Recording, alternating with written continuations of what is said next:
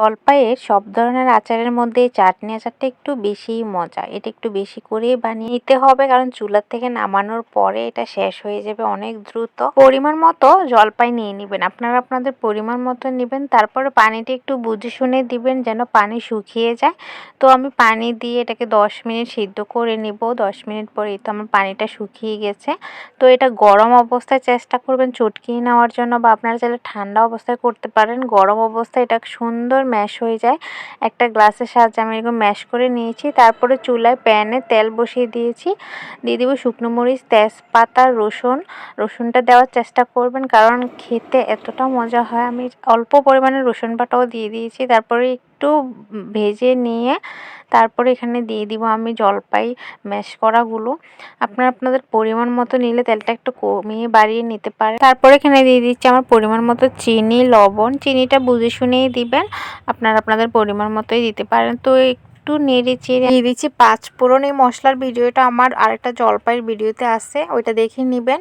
আধা ভাঙ্গা করে আমি একটু পরিমাণে কম দিয়ে দিচ্ছি, শেষের দিকে আবার দিয়ে দিব। শেষের দিকে দিলে স্মেল অনেক ভালো আসে। একটু শুকনো মরিচ অ্যাড করে দিলাম, কারণ কালারটা অনেক সুন্দর আসবে আর খেতেও অনেক মজার হয়। তো আমি অনবরত 30-35 মিনিটের মতো নাড়তে থাকবো, যে কালার আসা পর্যন্ত। নিচে দিয়ে যেন না লেগে যায়, তাহলে আচারের স্মেলটা নষ্ট হয়ে যাবে। তো আচারের একটা কালার আসা পর্যন্ত আমি এরকম নেড়েই যেতে হবে অনবরত। এদিক দিয়ে আমি একটু 5 ফোড়ন দিয়ে দিচ্ছি।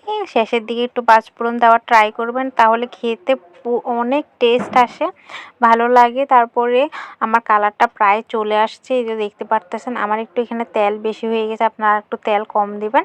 আর সরিষার তেলে কোনো ক্ষতি না, আপনারা এটা মুড়ি, চানাচুর মুড়ির সাথে খেতে পারেন। এই আচারের তেলটা এতটা মজার হয়। এই তো আমার চাটনির কালারটা প্রায় রেডি। এটা নামানোর পর আরও ডিপ হয়ে যাবে কালারটা। এখন আমি উঠিয়ে নিচ্ছি, আপনাদেরকে দেখিয়ে দিচ্ছি কত লোভনীয় হয়েছে আর পারফেক্ট কালার আসছে। এই চাটনিটা একটু বেশি করে বানাতে হবে, কারণ এটা সব আচারের থেকে এতটা মজা। বিশেষ করে জলপাইয়ের আচারের মধ্যে চাটনিটাই বেশি মজার হয়ে থাকে। তো আপনারা খিচুড়ির সাথে সব কিছুর সাথেই আচারটা খেতে পারেন। আর আমি তো খালি সবগুলো শেষ করে ফেলেছি, এতটাই আমি এই চাটনিটা। বিশেষ করে মুরব্বি যারা আছে তাদের তো এক কথায় প্রিয় আচার হয়ে যাবে, কারণ তারা এটাই বেশি খেতে পারবে।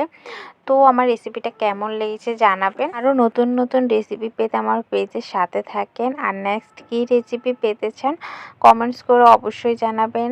এই আচারের ভিডিওটা ভালো লাগলে একটা শেয়ার করে দিবেন। আজকে এ পর্যন্তই, আল্লাহ হাফেজ।